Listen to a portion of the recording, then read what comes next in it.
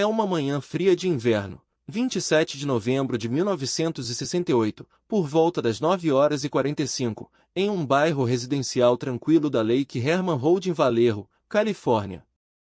Em um instante, o cenário pacífico é quebrado por um tiro ensurdecedor que ecoa pela quietude. Um estudante de 16 anos da escola secundária, David Faraday, é encontrado desmaiado no banco do motorista do seu carro, uma vítima dos crimes brutais cometidos pelo assassino do Zodíaco. O aluno do 12º ano estava apenas minutos longe do que seria sua primeira data com a namorada, Beth Lou Jansen. Sua brilhante futura é brutalmente cortada em um instante. A cena que se desenrola diante de nós é um quadro trágico de violência, um testemunho da força destrutiva das ações do assassino do Zodíaco. Gotículas de sangue cobrem o banco dianteiro e o painel do carro, enquanto um rádio quebrado jaz no chão perto dali. A rua suburbana tranquila agora é um local de crime, banhada pela luz crua dos faróis da polícia. O ar está pesado com o cheiro de cordite e medo, uma mistura potente que permanece após o choque inicial se dissipar. No distante, o som de sirenes pode ser ouvido, um lembrete sombrio de que a ajuda está a caminho. No centro dessa confusão está o assassino do Zodíaco, uma figura sombria envolta em mistério, deixando um rastro de terror e morte em seu rastro. Seus olhos, se visíveis, teriam brilhado com uma intensidade malevolente, um cálculo frio que o distingue da humanidade. Ele é um predador, um mestre da manipulação, sempre um passo à frente de sua presa e das autoridades. Ele é a própria encarnação do mal, uma força que parece incontrolável. Seu nome pode permanecer um segredo, mas seus crimes estarão para sempre gravados na história. Quando o assassino do Zodíaco desaparece na névoa, testemunhas emergem de suas casas, suas faces marcadas pelo choque e o medo. Eles haviam ouvido o tiro, visto a faísca da culatra, e agora estão tentando fazer sentido da confusão que se desenrolou. Alguns deles podem ter capturado uma visão fugaz do carro de fuga do assassino, mas é uma imagem que rapidamente se perde na névoa da confusão. Os vizinhos estão chocados, a comunidade está em um estado de pânico e a polícia está se esforçando para responder à emergência. É um cenário que os perseguirá pelo resto de suas vidas. Antes de prosseguirmos, clique no botão de inscrição e ative a campainha. Publicamos novos casos todos os dias. Vou levá-lo de volta ao início dessa história. O assassino do Zodíaco, um nome que envia calafrios pelo corpo, iria reivindicar a vida de pelo menos 5 pessoas entre 1966 e 1974 na Califórnia do Norte. Mas quem era ele? O que o impulsionou a cometer crimes tão hediondos? E como ele conseguiu escapar da captura por tanto tempo? Essas são as perguntas que exploraremos nesse episódio, uma jornada ao coração escuro da mente do assassino do Zodíaco. As motivações do assassino do Zodíaco podem ter sido envoltas em mistério, mas uma coisa é certa, ele era um produto de sua época, uma reflexão da revolução social e cultural que caracterizou os anos 60. Nascido entre 1930 e 1950, ele era um ser, crescendo em um mundo que estava mudando rapidamente. Ele era um produto de uma geração que valorizava a expressão livre e a não conformidade, mas também uma geração cada vez mais desiludida com a sociedade mainstream. Essa dicotomia moldaria sua visão do mundo, influenciando suas ações e levando-o eventualmente a um caminho de destruição. Os crimes do assassino do Zodíaco eram um ato calculado de terrorismo, projetado para instilar medo nos corações do público e da polícia. Ele era um mestre da manipulação, usando mensagens codificadas e pistas criptográficas para desafiar as autoridades, para mantê-las adivinhando. Ele era um homem de muitos nomes, um camaleão que podia adotar diferentes identidades e personalidades a seu bel prazer. Mas abaixo da superfície, ele era uma pessoa complexa e multifacetada, impulsionada por uma mistura de fatores psicológicos e sociológicos que ainda são debatidos entre os especialistas de hoje. Nossa figura central em essa história de crime verdadeiro e chocante é um homem chamado Arthur Leigh Gallen. Ele tem 39 anos na época de sua suposta participação. Arthur Leigh Gallen reside em Vallejo, Califórnia, localizado no condado de Solano, apenas 45 milhas ao norte de São Francisco. Ele trabalha como funcionário postal, frequentemente interagindo com o público, e mantém uma vida suburbana que parece normal. Pouco sabemos, por trás de sua fachada ordinária, esconde um indivíduo sinistro com um gosto por violência e manipulação.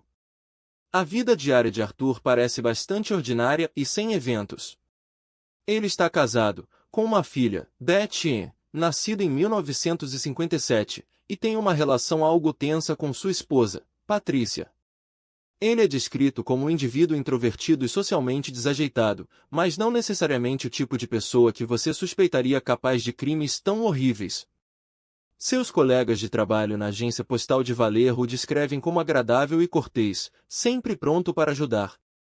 Enquanto ele navega sua rotina mundana, não podemos deixar de nos perguntar o que poderia ter impulsionado ele a participar de atos tão hediondos. Apesar de sua participação nos crimes do assassino do Zodíaco, Allen era um indivíduo agradável e relativo que parecia se encaixar perfeitamente em sua comunidade. Muitas pessoas que o conheceram não conseguiram imaginar que ele era capaz de tais atrocidades.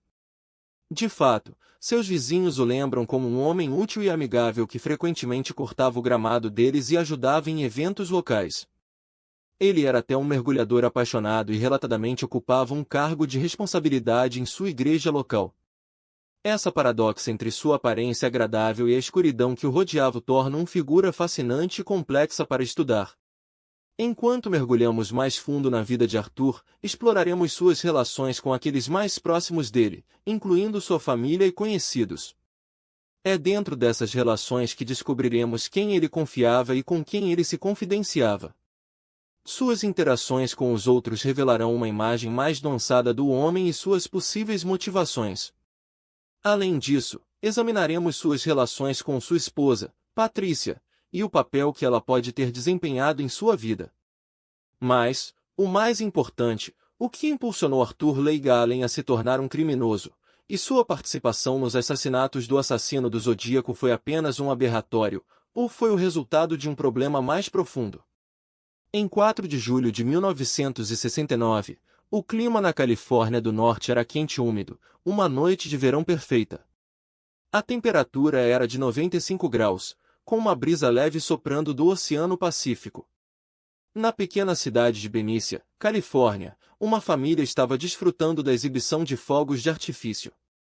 As ruas estavam cheias de pessoas, todas ansiosas para celebrar o 4 de julho. Mas ninguém sabia que um sentimento de terror estava apenas minutos longe. Era aproximadamente 21h45 quando os eventos que levaram ao crime começaram. David Faraday, um estudante de ensino médio de 17 anos, e sua namorada de 16 anos, Beth Lou Jensen, decidiram fazer uma viagem ao longo da rodovia panorâmica Lake Herman. Eles haviam estado namorando por alguns meses e estavam ansiosos para celebrar o feriado juntos. Enquanto dirigiam ao longo da rodovia deserta, eles notaram um carro seguindo-os. Alguns minutos depois, eles fariam um erro fatal. Ao virar na Gate 37, uma estrada rural que conectava a rodovia Lake Herman, um estranho apareceu do nada. Ele estava dirigindo um carro de cor clara e foi visto vagueando na área por volta das 22 horas. David e Beth Lou, sem saber da perigosa ameaça que estava perto, dirigiram para a estrada, onde fariam uma virada errada. O estranho, agora em proximidade, saiu do seu carro e começou a se aproximar deles. Beth Lou logo seria a primeira a cair vítima do brutal ataque do assassino do Zodíaco. Ela foi baleada e morta, e David também foi baleado e deixado para morrer. Mas o que talvez seja o detalhe mais chocante do crime é que o assassino deixou para trás uma mensagem criptográfica, que se tornaria um marco do seu modus operandi tortuoso. A mensagem dizia, radiano de 37 graus, eu gosto de matar pessoas porque é tão divertido, é mais divertido do que matar animais selvagens. Essas palavras chocantes enviaram ondas de choque pela comunidade e se tornaram um lembrete aterrador da reina do terror do assassino do Zodíaco. Enquanto a polícia começou a investigar o local, eles tropeçaram em uma clara ameaça que seria um ponto de inflexão no caso. O assassino do Zodíaco havia deixado para trás uma impressão digital ensanguentada, que seria usada para analisar DNA e potencialmente identificar o assassino. Mas era suficiente para capturar o assassino do Zodíaco? Ou ele permaneceria um fantasma para sempre, sempre um passo à frente da lei? O que você acha que realmente aconteceu aqui? Foi um ato de violência aleatório, ou havia um motivo mais sinistro por trás das ações do assassino do Zodíaco? A polícia agora estava em caça ao assassino, mas ninguém sabia que eles estavam prestes a entrar em uma jornada selvagem e mortal. O assassino do Zodíaco iria reivindicar a vida de pelo menos 5 pessoas e deixar para trás uma trilha de terror que assombraria a Baía de São Francisco por décadas. Enquanto a investigação se desenrolava, a polícia seguiria uma série de claras ameaças e códigos deixados por trás do assassino, levando-os em uma caça ao tesouro que testaria os limites da resistência humana. Mas no final, eles seriam capazes de capturar o assassino do Zodíaco, ou ele permaneceria um mistério para sempre? A polícia primeiro respondeu aos crimes do assassino do Zodíaco investigando uma série de assassinatos bizarros e grotescos no norte da Califórnia.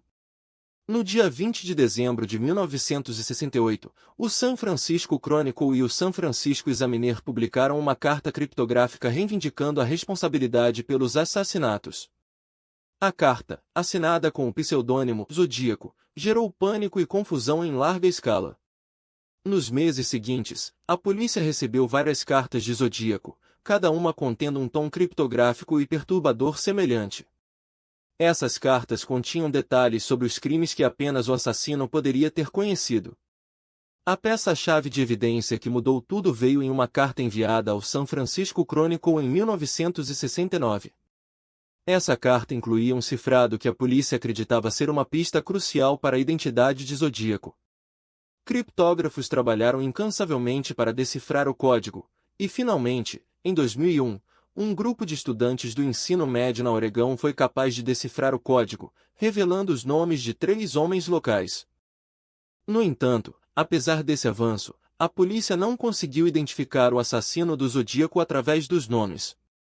O cifrado permaneceu como um dos enigmas mais famosos não resolvidos na história do crime real americano. À medida que a investigação continuava, vários indivíduos emergiram como principais suspeitos, cada um com sua própria teoria convincente. Arthur Leigh Gallen, um molesteiro de crianças condenado, foi considerado um dos principais suspeitos pelo Departamento de Polícia, mas foi eventualmente liberado devido à falta de evidências. Outro suspeito foi Richard Gaikowski, um ex-editor que tinha acesso a registros de comunicação policial. Ted Kaczynski, também conhecido como Una Bomber, foi outro indivíduo que foi considerado suspeito por alguns investigadores, mas foi eventualmente identificado como um bombardeiro serial separado. Evidências de DNA coletadas nos locais dos crimes levaram a várias pistas falsas. O falso indício que desperdiçou meses de investigação veio na forma de um antigo marinheiro chamado Jack Tarrance, que foi inicialmente identificado como suspeito por um perito em escrita. A testemunha do perito levou a polícia a acreditar que Tarrance era o assassino do Zodíaco, e eles passaram meses investigando. No entanto, Tarrance foi eventualmente liberado quando se descobriu que ele tinha um álibi inabalável para o tempo de um dos assassinatos. Essa pista desperdiçou meses de tempo e recursos valiosos que poderiam ter sido usados para investigar outros suspeitos potenciais. Você pode se lembrar das inúmeras dicas, das famosas cartas criptográficas e dos crimes cenas grotescas que caracterizaram a era de terror do assassino do Zodíaco na Califórnia do Norte. Mas agora, temos uma reviravolta surpreendente que ninguém esperava. Um suspeito foi identificado em 2002, e ele não é quem você esperaria. Richard Gaikowski, um jornalista veterano e amigo próximo do editor do San Francisco Chronicle, foi o principal suspeito. Ele até foi questionado pela polícia, mas a falta de evidências concretas permitiu que ele fosse libertado. Essa revelação levanta mais perguntas do que respostas sobre o caso que cativou a América. O rastro de Richard Gaikowski começou a se desfazer quando um ex-colaborador, David Jackson, afirmou que o jornalista